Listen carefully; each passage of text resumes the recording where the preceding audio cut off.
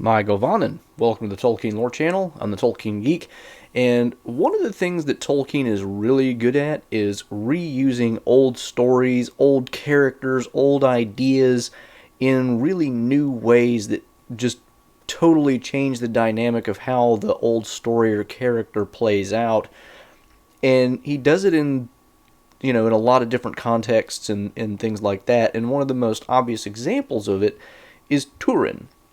Turin is, in a lot of ways, a huge borrowing from the old Kalevala story of the Tale of Kullervo, which I've done a video on the book that came out, within the last few years, on the story of Kullervo that Tolkien was kind of reworking and which eventually formed the germ of the Turin story. But Turin himself then gets recycled in a way, I think, as well. And so that's the topic of this video, because, in my opinion, Turin kind of gets recycled into the Lord of the Rings, and specifically into one family. Faramir and Boromir are kind of two of the halves of Turin's character.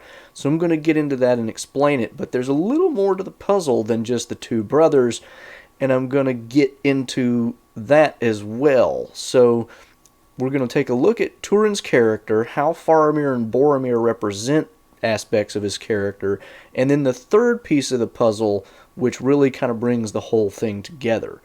Before I get to it, though, I did want to mention next week, the week of September the 20th, is, of course, the week of Hobbit Day, which is September 22nd, and all of us YouTubers that have this group going on, you've probably seen some of our collab projects before.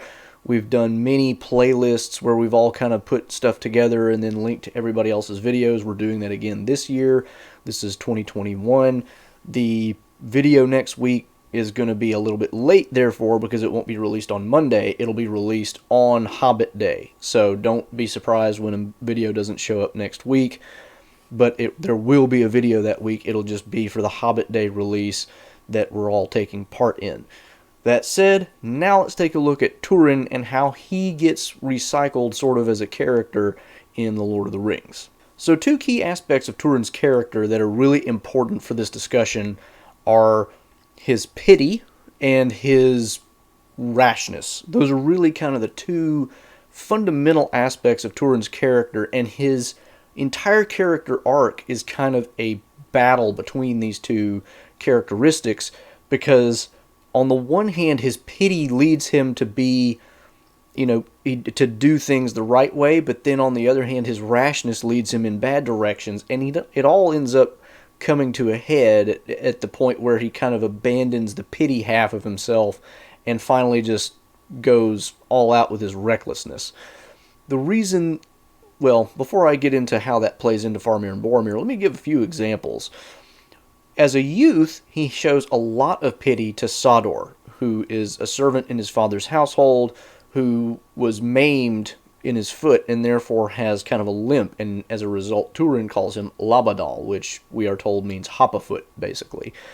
And the narrator tells us he doesn't do this out of scorn, he actually does it out of pity, and Labadal, or Sodor, understands this, and they have a very good relationship. This ultimately kind of gets subverted at the end of the story, where he will end up killing Brandir, who is also lame, and will, basically call him a name, not in pity, but in scorn, referring to his own lame foot, and he calls him Clubfoot. So the reversal of that pity is a really big element of the story, but his pity comes up many other times during the story as well. And in fact, Finduilas, the elven princess at Nargothrond, who falls in love with Turin, mentions to Gwyndor, who had rescued Turin earlier and brought him to Nargothrond, that pity would ever be the way to Turin's heart. And so she is seeing something about Turin that is really fundamental to his nature.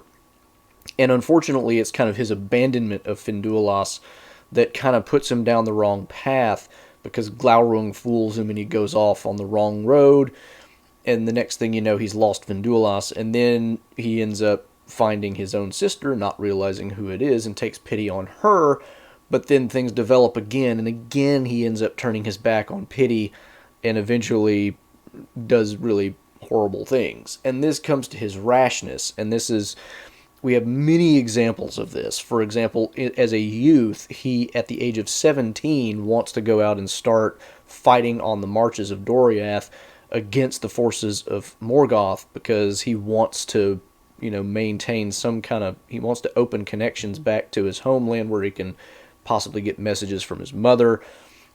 So we see the early beginnings of his rashness, and then he has this whole episode with Cyros, who is a not so nice elf, who is a counselor to King Thingol, who pokes fun at him, and then he chucks a cup in his face and basically breaks his face, and then he gets attacked by Cyros later in revenge, but he overcomes him and then chases him around naked through the forest, and then Cyros gets himself killed trying to escape. So, he's a hothead, and he does a lot of really stupid things. Later in Nargothrond itself, he will end up recommending that they build a giant bridge from the door of Nargothrond, which is right at a river, across the river so that they can more easily get their armies out and make war. Whereas previously, the entire theory behind even constructing the caves of Nargothrond was, we want this to be a secret, not something that Morgoth can easily find. And of course, that eventually leads to the downfall of Nargothrond, because Morgoth does discover where it is, and they can't prevent the armies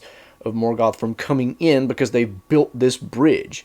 And he even, backs up his own, he doubles down on his own rashness, because when messengers come from Círdan the Shipwright, who had gotten messages from Ulmo himself saying, you should really get rid of this bridge, Turin's like, yeah, whatever. So Turin very definitely has this rash side where he is very much a forward in the battle type of thinker, and his entire philosophy is to be in the open, not really using secrecy, and constantly at the forefront, in the thick of it. And in some ways it works for him because he's a really great warrior, but it ultimately always backfires. So these are really two key aspects of his character, and it's his rashness ultimately that gets him in trouble, because it's his rash anger at Brondir that leads him to just murder him straight up, and that leads to his own suicide when he realizes how stupid it was, and what he had actually, that what Brondir had told him that made him so angry actually was true. So he's got this hot-headed, rash, reckless nature, and this really strong element of pity. And these two are kind of warring with each other throughout the story. These two elements are really strongly represented by Faramir and Boromir, because one of the things that we learn about Faramir from the narrator, who theoretically is at least semi-omniscient, is that he is a man whom pity deeply moves. And this is a really key aspect of Faramir's character too. We see it in a lot of aspects, because when he meets Frodo and Sam, at first, of course, he's really cautious with them because he doesn't know what's going on, and he basically tells them, I don't trust a chance meeting with strangers in these times. But once he learns what Frodo is actually doing, because Sam kind of blunders that information, Faramir is, he tells Frodo straight up, if you took this thing on your own, you have my admiration. If it was kind of forced on you, you have my pity. Because he recognizes the real hard thing that Frodo is trying to do, and he's like, I wouldn't want to have to deal with that. And later on down the road, of course, he deals with Éowyn. Éowyn is a character who is psychologically just in a really bad place, and Faramir really shows a lot of pity to her as well, and does what he can to bring her around, which eventually succeeds. The rash half of Turin, of course, is Boromir, and we see this in multiple ways throughout the story. For one, whenever he shows up at the Council of Elrond itself, he is very bold and forward about, projecting the greatness of Gondor and how awesome it is. He's willing to admit when they're kind of in a pinch because the forces of Mordor pushed them across the river and, took Osgiliath. But he's also, not really willing to take a lot of advice or he's not, he doesn't want to act like he's asking for help militarily, but he's also not going to turn it down. And this kind of echoes Turin saying, we don't need to cut down no bridges. But also, of course, whenever he eventually tries to take the ring from Frodo, it's all about he goes on this long speech where he's talking about all the armies he would raise and the alliances he would make and how he would drive the hosts of Mordor. And Boromir is much like Turin, the kind of guy who goes out in the forefront, wants to just bring battle to the enemy. And we hear this from the voices of third parties in the story. And we even hear a comparison of Boromir and Faramir in this way, because it says that because Boromir was more reckless and forward in that kind of a way, he was by some seen as braver than Faramir, but it wasn't really true. They were both equally brave. It's just Boromir was a lot more reckless about it, whereas Faramir is more reserved, more cautious. And of course we get Faramir, one of my favorite lines from Faramir is, "I do not love the bright sword for its sharpness," and all of that. Boromir is the kind of guy who really loves the action of the military hero for its own sake, whereas Faramir very explicitly kind of goes against that and says, "I love only that which they defend. I don't love the warrior for his glory or any of this stuff." So these two aspects of Turin seem to be pretty well matched up in both Faramir and Boromir. The really interesting thing, though, is where the third element comes in, and this kind of came up in the context of a conversation I was having with one of the other Tolkien YouTubers.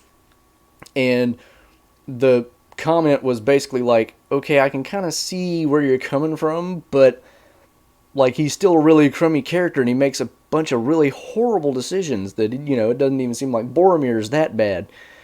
And I mentioned, well, I think a lot of that comes down to family history. And then it sparked the idea. The family history for Turin, of course, is the fact that he was separated from both of his parents at a very young age, and that really shapes his life in a lot of ways. Hurin is either dead or captured. Morwen sends him away and can't really leave because she's with child at the time, and then she never really catches up, and Turin is always really broken up about this, and it has a lot to do with his decisions to make war against Morgoth. It's partially out of revenge, partially out of a desire to free up the pathways to open up communications, or maybe even get Morwen out of, her home to somewhere safer. And then, of course, you have more stuff in his history that ends up just being really bad, like the loss of Finduilas, because he tries to go back to his family and maybe rescue them, finds out his family is gone, tries to rescue Finduilas. That doesn't work, and then, it's just a complicated mess. But the funny thing is, the family history part actually gets mirrored rather strangely by Denethor. And Denethor, oddly enough, was married to a woman named Finduilas. And the interesting things that we know about Finduilas, or at least the more pertinent interesting things that we know about her, is that she died relatively young. And in the appendices, we are told that after Finduilas died, Denethor became more grim. And the appendices basically imply this is probably when he started thinking more about the inevitable victory of Mordor and how he might be able to do something about that, and that's when he decided to look into the Palantir, and that's when things started to go maybe a little bit downhill, because Sauron was twisting what he could see and putting a little bit of a shade on it. So we have this idea that Denethor, he's the one who loses a loved one, and the interesting thing here, of course, is that Turin was never in love with Finduilas, but it was still the loss of Finduilas in a lot of ways that defined his character after that point, because when he sees his sister Nienor, after she had escaped from, Glaurung and all this other stuff, and then, she's just lying naked on the mound where Finduilas was buried, he thought she was Finduilas' ghost at first, and he's like, whoa, what the...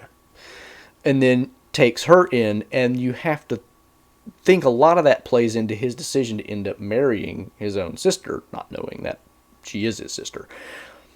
But then, of course, that kind of mirrors the whole thing of Finduilas dying early, and this playing into Denethor's fall into, if not more pride, at least more folly, because whereas before he had been prideful, we know from the appendices that he didn't really like the fact that Aragorn, under the guise of Thorongil, had a lot of the respect and love of his own father and the people of Gondor.